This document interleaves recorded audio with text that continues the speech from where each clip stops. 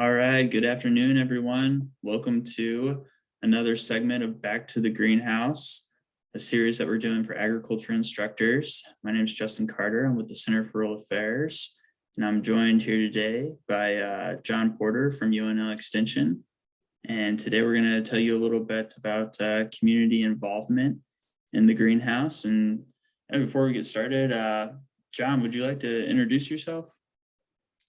Sure, I'm the Urban Agriculture Program Coordinator with Nebraska Extension.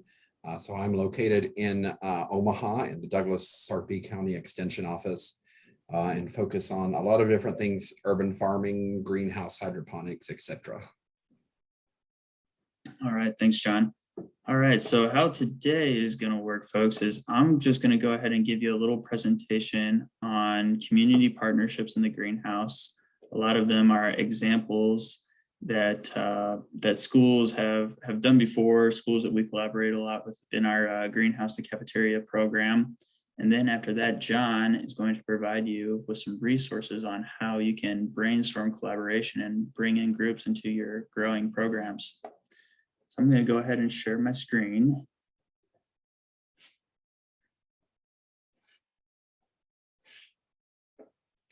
All right, can everybody see that okay? Get a thumbs up. Awesome, thank you. All right, so community in the greenhouse. All right, so I think everybody knows me, but my name is Justin Carter. I'm a project associate with the Center for Rural Affairs. I'm our lead on all of our farm to school work, and I also do quite a work in beginning farming as well as food policy councils in the state of Nebraska. And if you're not familiar with the Center for Rural Affairs, we're a small nonprofit. We're located in the little town of Lyons, Nebraska, in the northeast part of the state. In addition to our food and farm work, we also have a lending service, as well as a department that works on rural policy. All right, so community involvement. Some of the things I'd like to touch on today are, first off, how to build partnerships and collaboration within the school around the greenhouse. So how can you build a team around your greenhouse that might just not be made up of the agriculture instructor? And then how can you bring in other classrooms, administration, things like that? And then community collaboration. So examples where students have been able to sell or take harvest into the community, partnerships that we've seen with conservation agencies and nonprofits around the state. And then farmers, of course, we've seen a lot of community partnerships with local farms. Extension, John's here, so that's a big partnership as well. Promotion of the greenhouse program or the school garden program in the cafeteria. We'll touch on food access in the community a little bit, restaurants and cafes, and then also classroom to classroom collaboration. All right, so first the why. Why collaborate with other entities on the greenhouse? Well, for one, it can improve student attitudes and knowledge. Bringing in outside entities can bring in more educational topics. It can show students where their food comes from, help boost them into agriculture type careers. So it's great for the students.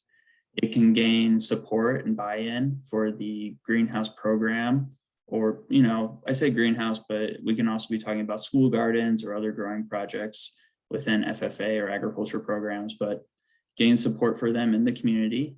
It can potentially find funding sources for the growing programs. It can improve job satisfaction for the agriculture instructors, so helping them find more agriculture curriculum and building support for their programs, of course, can increase the retention and the satisfaction of the staff.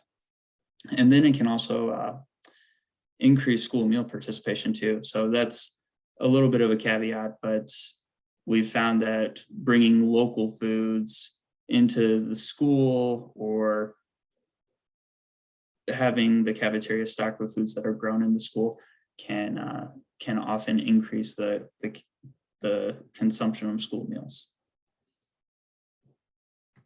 All right, so first steps, inviting in collaboration and growing greenhouse committees within the school.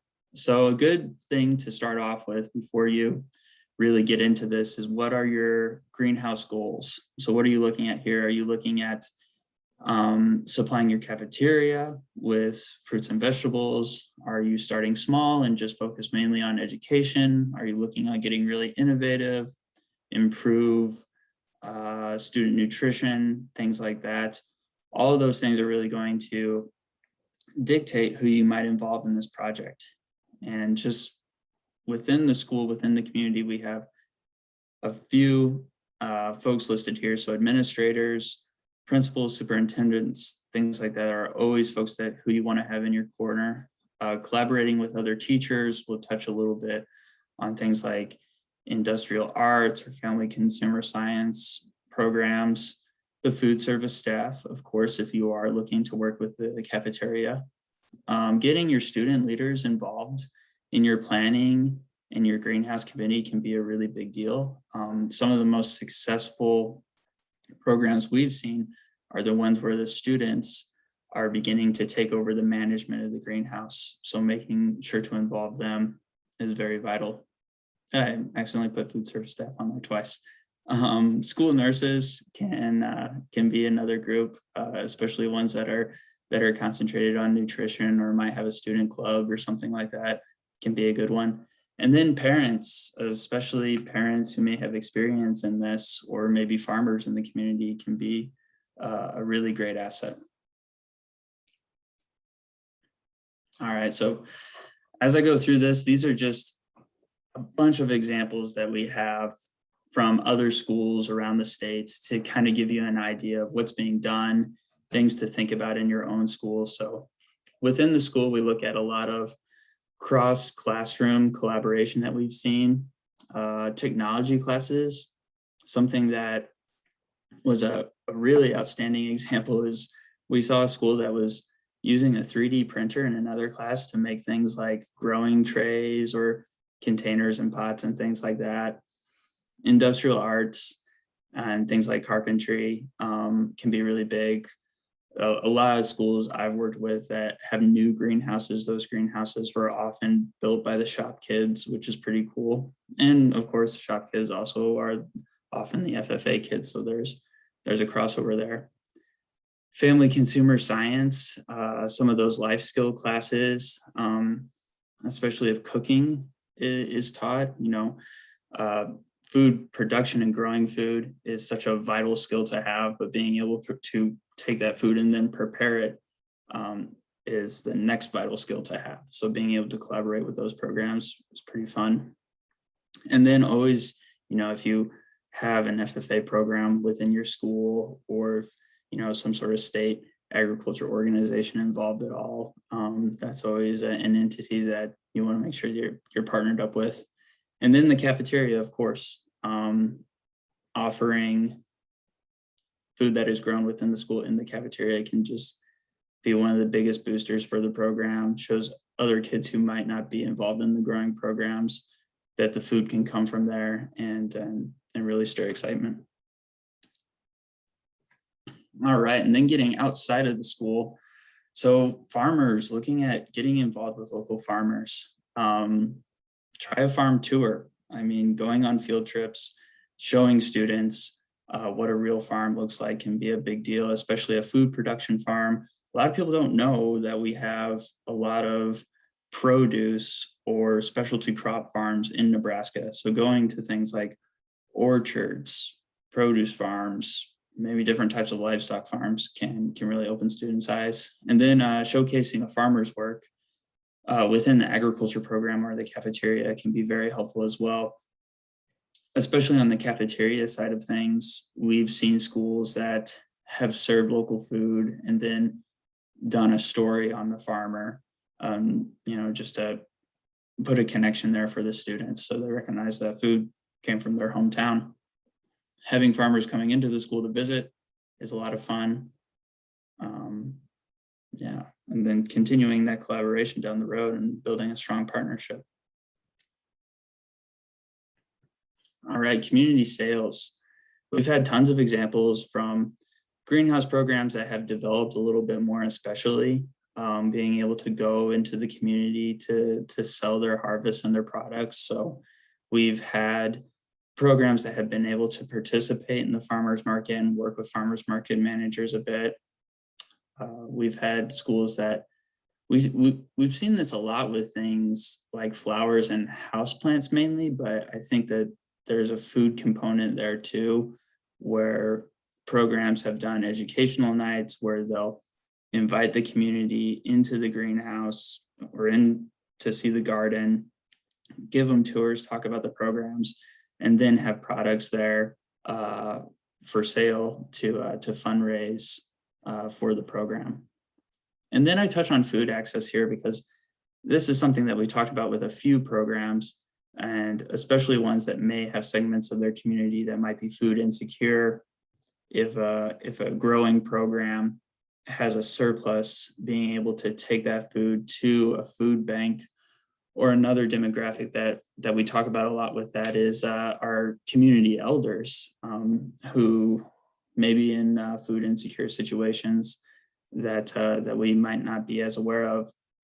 I've heard of programs who have bundled up vegetables and things like that and just left them on like the doorsteps of the elderly in the community. And I thought that was a really, really great thing to do.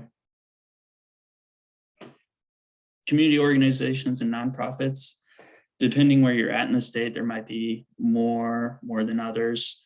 Well, I listed us first, Center for Rural Affairs and Greenhouse, the cafeteria. We're always willing to provide resources to folks, point them in the right direction. We have a few other examples. We worked with a school in Central City, Nebraska Christian Schools, and they have a partnership with an organization called the Prairie Plains Institute. And Prairie Plains is a nonprofit. They are a grassland restoration organization. They do a lot around seed propagation and education around restoring grasslands. So students from the school were going there for educational days and learning quite a bit too. And then they were actually able to take some seed and propagate that seed in their greenhouse and then take it back to Prairie Plains. It was a pretty cool deal. And then we also had another example with Garden County Community Schools out in Oshkosh. They were working with their local NRD. They had formed a good relationship with them, and they were providing some educational materials, resources. The local NRD officer was coming to the greenhouse and giving some lessons on things like natural pesticides and things like that. So they're also a great resource. Restaurants. So depends on where you're at, but there is potential for programs to partner up with restaurants. It's good to start small. So you think of like special events where a community restaurant or cafe might be able to showcase your programs for something like a fundraiser or something to get out the word in the community about the growing programs, having something like an event where they might use ingredients that were grown at the school. Smaller products can work really well. We had a school that was providing things like herbs to a local restaurant. Chef collaboration as well. We had some schools where the chefs from a steakhouse was coming into the school and giving some lessons, talking to the students about how they would use some of the produce that the school had grown. That was also at Nebraska Christian Schools.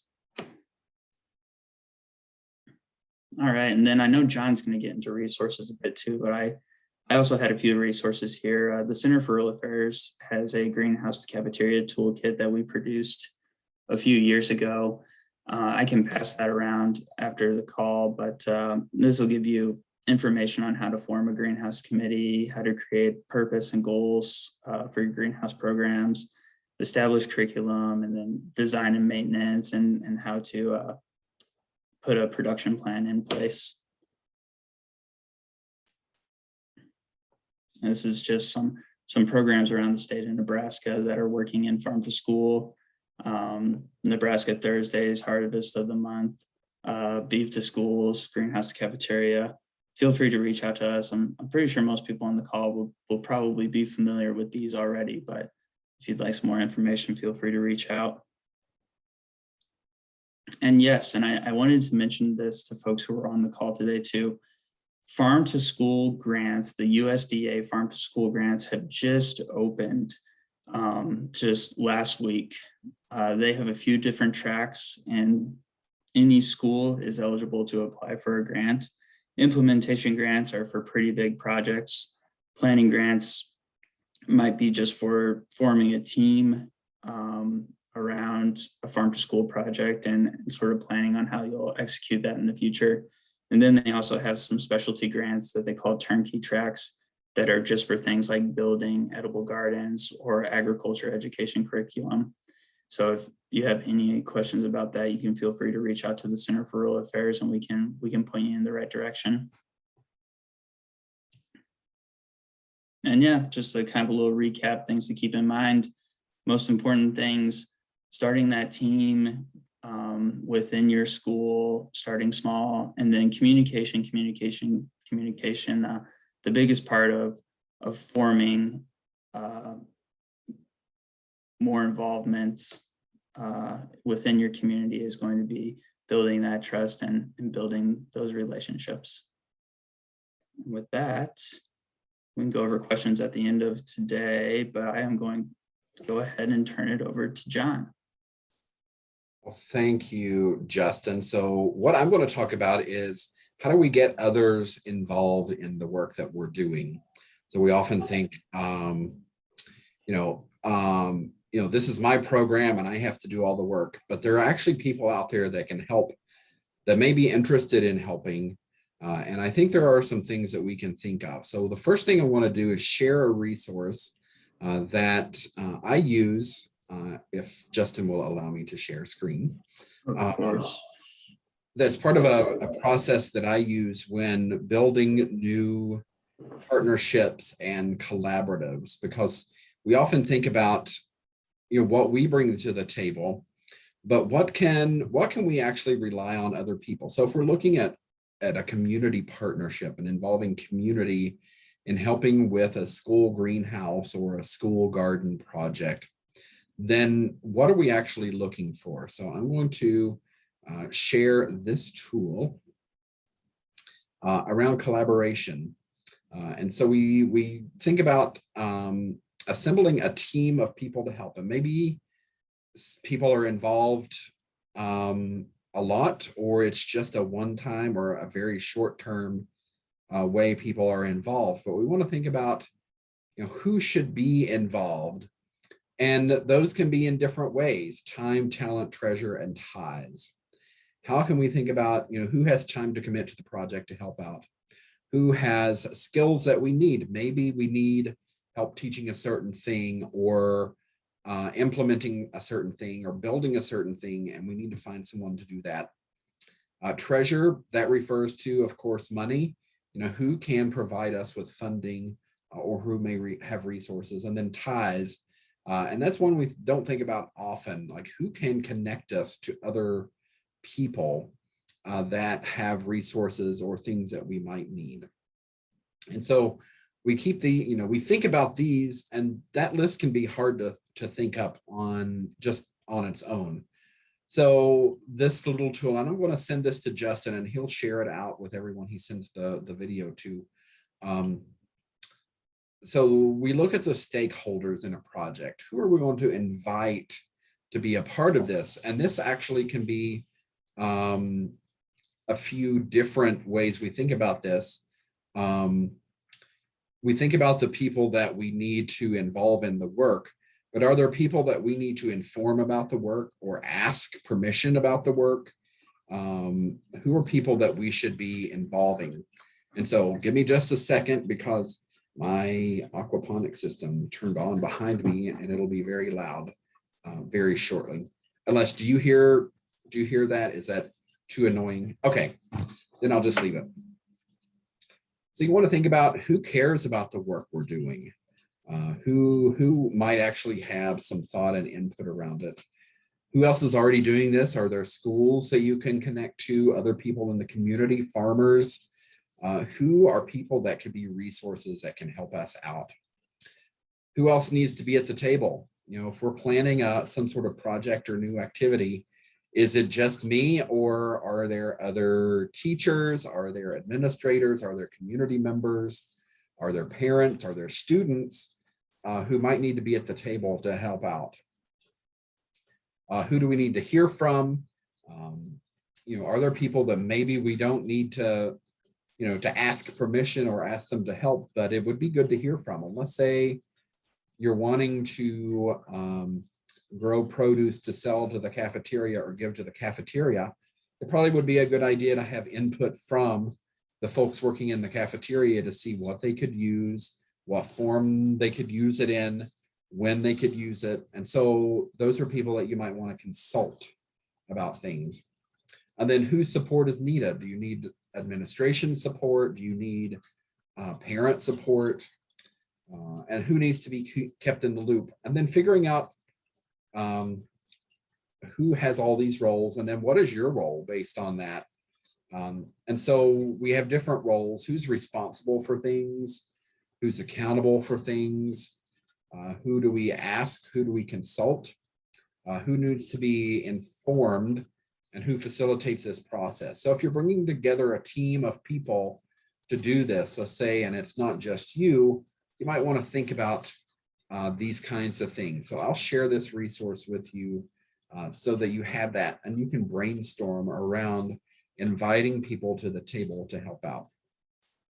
Now, some other resources I wanted to share, and Justin will share these out as well. Here's a website. It looks like it's straight from 1992, but it has some great information on there.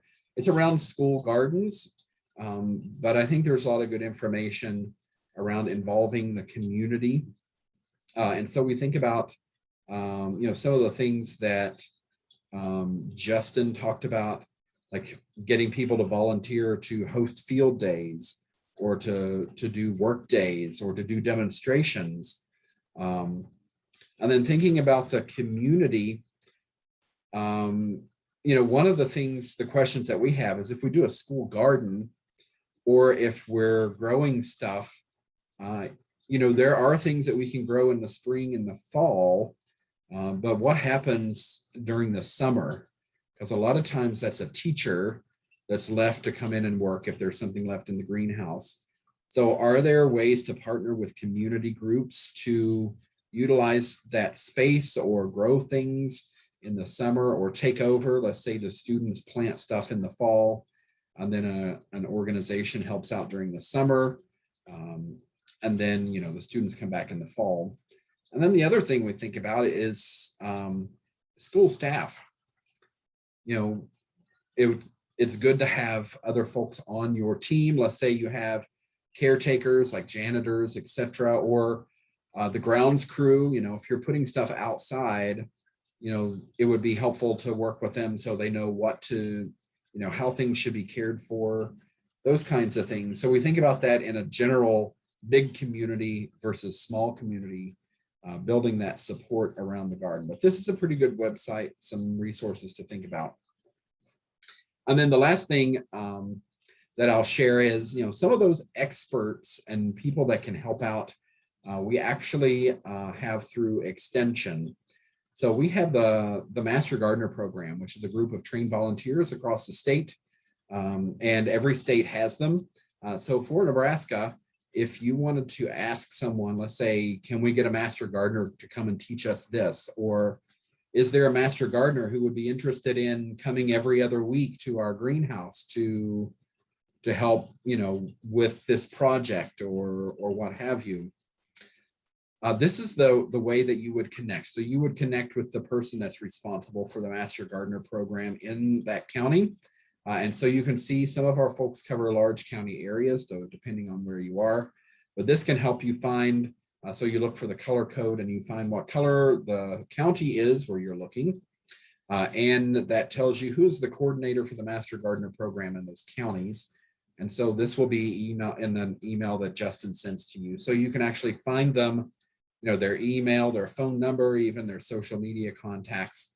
And you could find a way to connect if they have volunteers in those counties that might be available to assist with projects, or maybe one time, like come and teach us how to start seeds, or come and teach us this cool thing that you can do. And then connected to that, so those are the Master Gardener contacts. So these are all the people in our different counties that lead the Master Gardener program.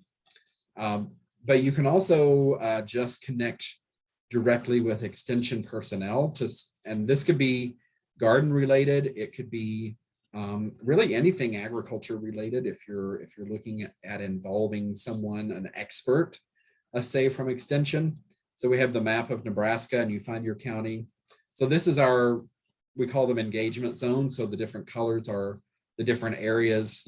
Everyone in the same color has the same basic supervisor. And so that's what that means. You don't have to worry about that. Just look for your county.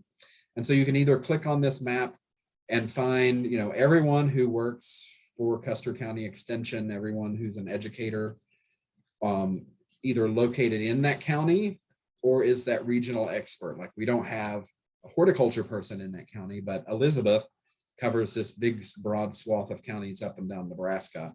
So she would be the horticulture person for you if you're in Custer County. And so you can either search by county, or let's say I would like to know who can help out with, let's say, food, nutrition, and health. Like I need someone to come and do maybe like a food safety training for me, or something like that. Then actually you can just find everyone in the state. You can actually find an accountability map that tells you everyone who can come and help you on that area. So you see, everyone across the state, same thing. So our horticulture program is what we call it community environment. And so here's the community environment map. And so you see this, you'll see some of those folks that do the Master Gardener program, but we have other folks that are on the map. Yours truly, I'm over here in Omaha. Then we have statewide people. We have like wastewater people. We have the plant and pest diagnostics lab. We have the insect diagnostics lab. And so we have all these different people that can be community partners and help you on lots of different things. And so you'll be getting that information in an email from Justin. And that's really all that I have. So I guess we can take questions, if there are any questions or thoughts.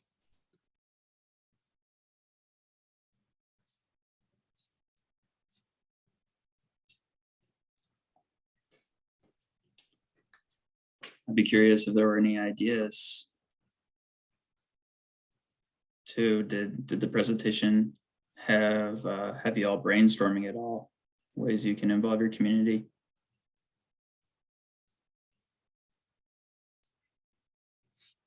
They're going to be quiet, Justin. I have an actual, it's honey, but a local honey farmer who brought produce, and we're looking at doing the Nebraska Thursday for it. And I have a gal that is local that is going to donate her leftover farm. She goes to farmers market. She's going to donate her leftover vegetables and stuff to the school for us to use for a project. So we have reached out just because our supply is short out here because we're so small. We've reached out to some local like farmers market people who go, because that's our supply, about 20 pounds of produce for a serving. So we've reached out and contacted with a couple local people and seeing what we can do. So we're kind of excited to advertise and show that in our little school newsletter. That's awesome. Thanks, Kelly. Yep. And that's a good point too. I get that question a lot from producers who want to work in farm to school, wondering whether or not they're big enough to supply a school. But I think that you all are an example of someone who really can work with a small producer. That's great.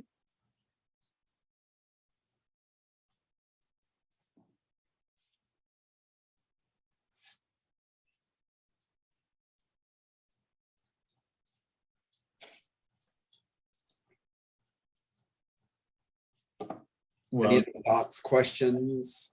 Colleen, I know you're over at the greenhouse at Iowa Western. Have you, so it, probably different for you, but what are your thoughts on like reaching out and working with schools and engaging with schools in the area? Unmute here. We do have elementary schools that are close in the area in Council Bluffs that have tours and come to the greenhouse.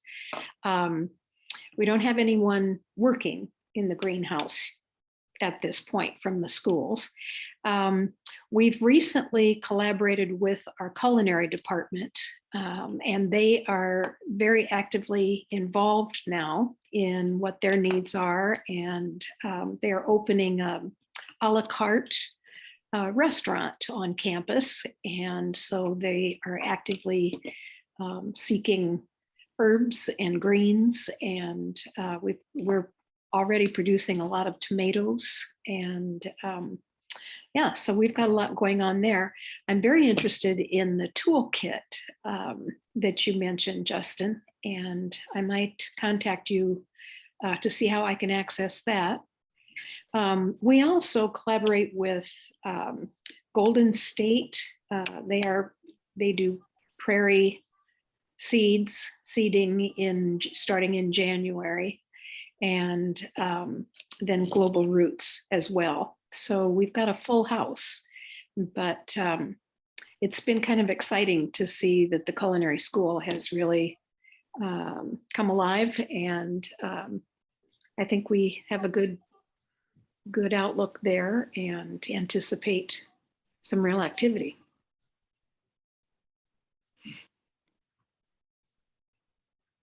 That's great to hear, Colleen. And yeah, I would be happy to share that toolkit with you too. So Great. Definitely Great. connect after this. All right, thanks. Justin, we are started working on our aquaponic tanks. They are building them in the OEF Fridays. So hopefully we already have a table brought into the cafeteria. The students are gonna do aquaponics to provide some of the produce for our salad bar. And so we are excited. I didn't think it would be starting so early. So we got a table set up and they're getting the dimensions and, oh, sorry. Sorry, we're still in school. They're getting the dimensions and getting ready to build it and get it going. And then we just have to get some fish and seed. That's great. It's so cool to see you all moving so fast. And you all had someone from UNL Extension helping you with that. Yes, our 4-H Extension office he's in, I can't think of his name right now, I'm sorry. He comes from Kimball every Friday that we have OEF, and he is helping. I think we have 3 junior high students, boys that are designing. Actually, one is junior high, 2 are high school, but it's a volunteer thing, and they are designing the tank already and getting the setup design so that we can put it together. And he's making them work with the figures and figure everything out 3-dimensional before putting it together. And I believe we already have the tank. It's just getting the whole system set up. So it's going faster than I thought. Nice. Well, good to see the students Yes, taking part in building it and then producing the food and then going to the cafeteria. they're That's excited. really cool.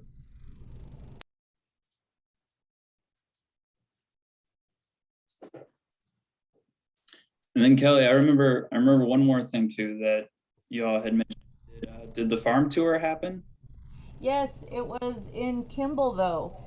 They went and seen the sugar beets farm, Okay. and that was October 8th. They took a small group, and it was kind of, I don't think they got to see the machine run, but they did get to go to the field, and they just went outside of Kimball instead of Scottsbluff because Scottsbluff is such a bigger facility. But they said that everybody enjoyed it, so we were pretty excited that the kids got to see the sugar beets and see how everything kind of worked on the farm. And I want to call him Justin, Nathan from Kimball is the UNL extension office, but they had fun, and I think they took about 10 kids because they couldn't have too many on the tour, but the kids really enjoyed the sugar beet tour. Gotcha. Very cool. Yes.